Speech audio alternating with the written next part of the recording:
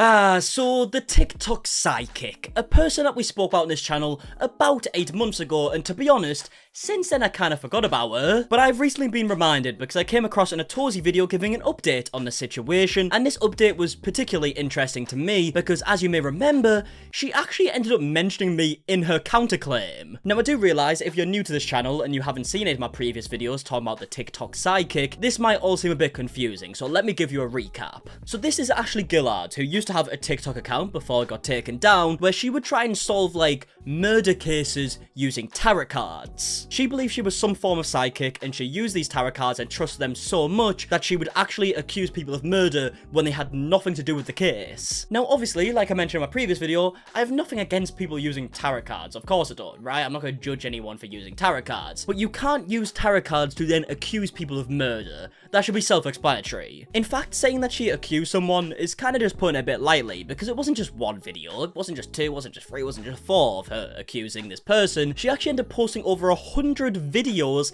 saying with 100% fact that this person was guilty. Now this is the person that she accused. This is Rebecca Schofield, who again had absolutely nothing to do with this, and she said that she was guilty for taking part in the murders that happened in Idaho about 8-9 months ago. And again, I shouldn't have to explain how absolutely disgusting this is to not only just accuse this person, but accuse them in so many videos and to millions of people. Millions of people saw these videos. So much so that people actually believed Ashley at first, and they were sending the most disgusting messages to Rebecca. Obviously, people in her neighborhood started finding out about it. Like, this could have definitely ruined her life if people carried on believing Ashley's claims. Now, luckily, these claims were quickly proven completely incorrect. Someone else has been charged for the murders. It has absolutely nothing to do with Rebecca. But let me just show you some of the videos that Ashley was posting at this time. And bear in mind, everything that she's claiming in these videos is through tarot cards. This is the teacher who potentially had the 4 Idaho students killed. Yeah, so this was the first video, right? And obviously this is blurred. It wasn't blurred in Ashley's video. She actually just straight away doxed this person and accused her of murder. Like, how dangerous is that? She then followed up with more videos like this one. As you can see from here, she may have been a part of LGBTQ community,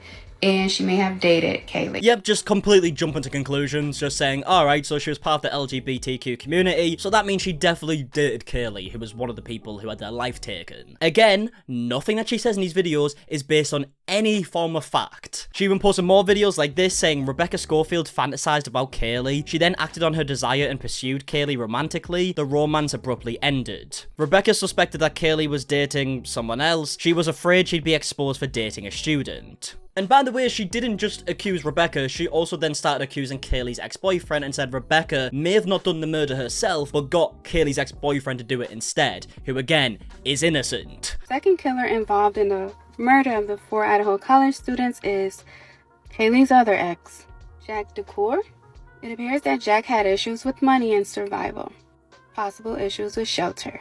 Jack did it because he was single-minded, focused only on the end goal. Literally just making up stories. Like, she's actually, like, making some weird form of fan fiction over a very real and very sad situation. Rebecca Schofield ordered, planned, initiated, and executed the murder of the 4 University. How's she saying it with so much confidence? Although she did not do it with her own hands, like I said, she didn't do it at all. She hired, with a promise to pay in different ways, Jack DeCour, who's also innocent. People have been asking me for evidence, and I think that is the most ridiculous thing that I've heard. Yep, so her response to people saying, can you actually give us some form of evidence that isn't just your tarot cards? She then says, that is the most ridiculous thing I've ever heard.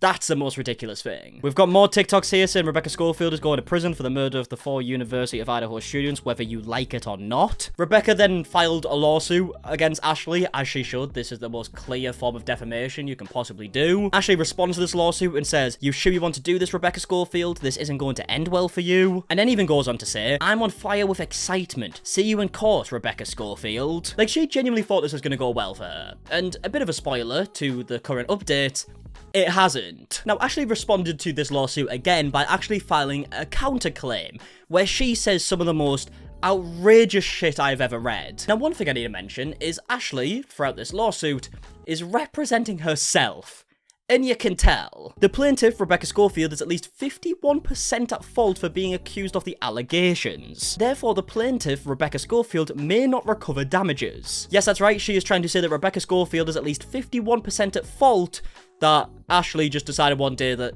she was guilty. Not really sure how that works. Ashley Guillard was the only person aware of Rebecca Schofield's role in the murder of the 4 University of Idaho students who spoke up about it. Yeah, the reason why Ashley Guillard is the only person who was aware of this is because it never happened. She just made it up. Attorney Wendy J. Olson and Rebecca Schofield collectively executed a strategy to discredit, embarrass, humiliate, and assassinate Ashley Guillard's character by disseminating false statements in a press release that was disseminated worldwide to most of the major news outlets across America beginning late December 2022 and continuing to January 2023. Yeah, it is absolutely mind-blowing that Ashley Guillard decided to try and say that Rebecca Schofield is releasing false statements about her to discredit, embarrass, humiliate, and assassinate her character. Like, how ironic can your statement possibly be? Now, this is where we get to a point in the lawsuit where I am mentioned, and honestly, as you saw in this video 6 months ago, if you didn't see it, I was absolutely amazed that I was mentioned in this. I still don't understand why. But she goes on to say, YouTuber MARKIE published a video on YouTube to his network of 376,000 subscribers titled, TikTok sidekick lies about innocent woman to ruin her life. Yeah, she tried to use my video as a way to show that Rebecca Schofield's like spreading false rumors, even though she literally uploaded like over 100 TikToks accusing someone of murder who had absolutely nothing to do with it. Yeah, I also want to mention that the title of my video tells absolutely no lies. TikTok sidekick lies about innocent woman to ruin her life. That is exactly what she did. But as the counterclaim goes on, we are reminded yet again that Ashley has absolutely no shame because she says, attorney Wendy Olson's defamatory statements about Ashley Guillard stifled her work performance, damaged her reputation, and resulted in a loss of service and revenue. Again, how ironic do you want your statement to be? Like, she genuinely believes she's innocent here, even though she's the one who falsely accused her of murder with absolutely no evidence. I don't get it. But as I mentioned at the beginning of this video, we do now have a few updates to this situation. This is the big one right here that says, judge dismisses counterclaims brought by TikTok sidekick against Idaho professor, calling them clearly baseless. Yeah, I mean, it's not exactly a shock to see that her counterclaims were dismissed, but I mean, yeah, it's good to see that they have. In his written decision, oh god, I'm gonna pronounce this wrong, I'm so sorry. I want to say it's either I'm so sorry. Patrico. Okay, this how to pronounce website says it's Patrico. If I pronounce that wrong, yet again, I'm sorry. In his written decision, Patrico agreed with Olson's argument that Guillard did not offer any plausible facts supporting her complaint. Olson pointed to Guillard's own claims that her accusations against Schofield were based on spiritual research, intuition, and psychic abilities. Patrico wrote that there is no objective basis to believe these claims. These claims are not only conclusory and unverifiable, but arguably so outrageous as to be clearly baseless and thus implausible. Patrico wrote that Guillard has posted more than 100 TikTok videos falsely claiming Schofield is behind the murders. To begin, defendant cannot use discovery as a fishing expedition to find facts that might validate her counterclaims. This ready, fire, aim approach is not permitted under the federal rules of civil procedure. Now, this article does go on to mention that Schofield was actually denied the opportunity to recoup her attorney fees, and Patrico wrote that Guillard is not an attorney and cannot be held to the same standards as an attorney when assessing she has acted in bad faith, which is absolutely mind-blowing to me, but I'm not a pro when it comes to law by any means, but that seems absolutely ridiculous. Like, yeah, I get it, she can't be held to the same standard as an attorney,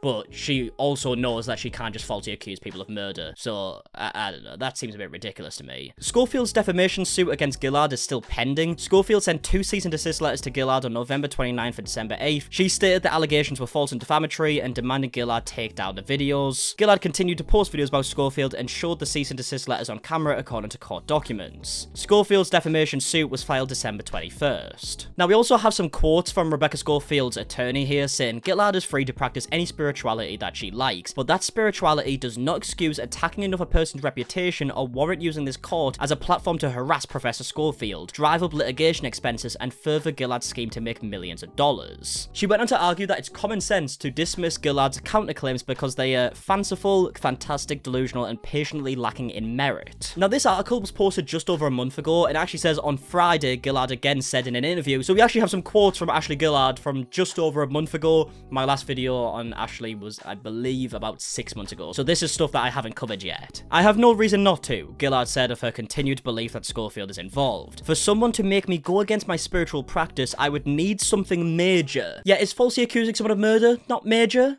You not reckon? Kohlberger's arrest or investigators clearing Schofield isn't enough to cause doubt, she said. Yeah, she's lost her mind. I don't believe that police did any investigative work to clear Rebecca Schofield, Guillard said. I think they just saw that I accused her based on a tarot reading and decided they didn't believe it. Yeah, so that is Ashley Guillard saying that the police didn't do enough research before saying if someone was guilty or innocent of a murder.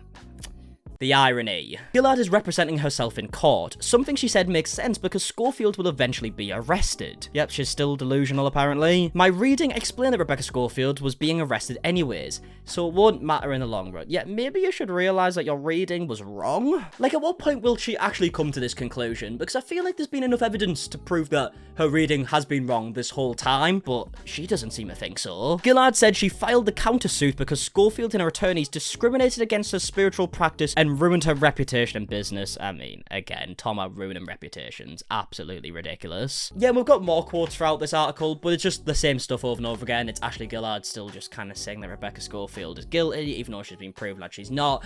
It makes no sense. But yeah, the case is obviously still going on. It's just the counterclaim that has been dismissed. I would like to imagine that there's absolutely zero chance that this ends in any other way than Rebecca Schofield winning the case. I guess time will tell, but that is a bit of an update that we have on the situation since my previous video. I would love to know your thoughts on everything that we spoke about in today's video. If this is the first time you've heard about this situation, you haven't seen my previous videos, then I would love to know your thoughts on the previous stuff as well, like the stuff we did speak about a while ago. It's just an absolutely mental situation. I don't understand why Ashley has put herself in this situation and why she's doubling down over and over again. Like, she's ridiculously delusional. But this is where we've got to. So like I said, would love to know your thoughts. If you did enjoy the video, leave a like on it, subscribe, all that stuff. And until the next one, I'll see you guys in a bit. Alright, goodbye.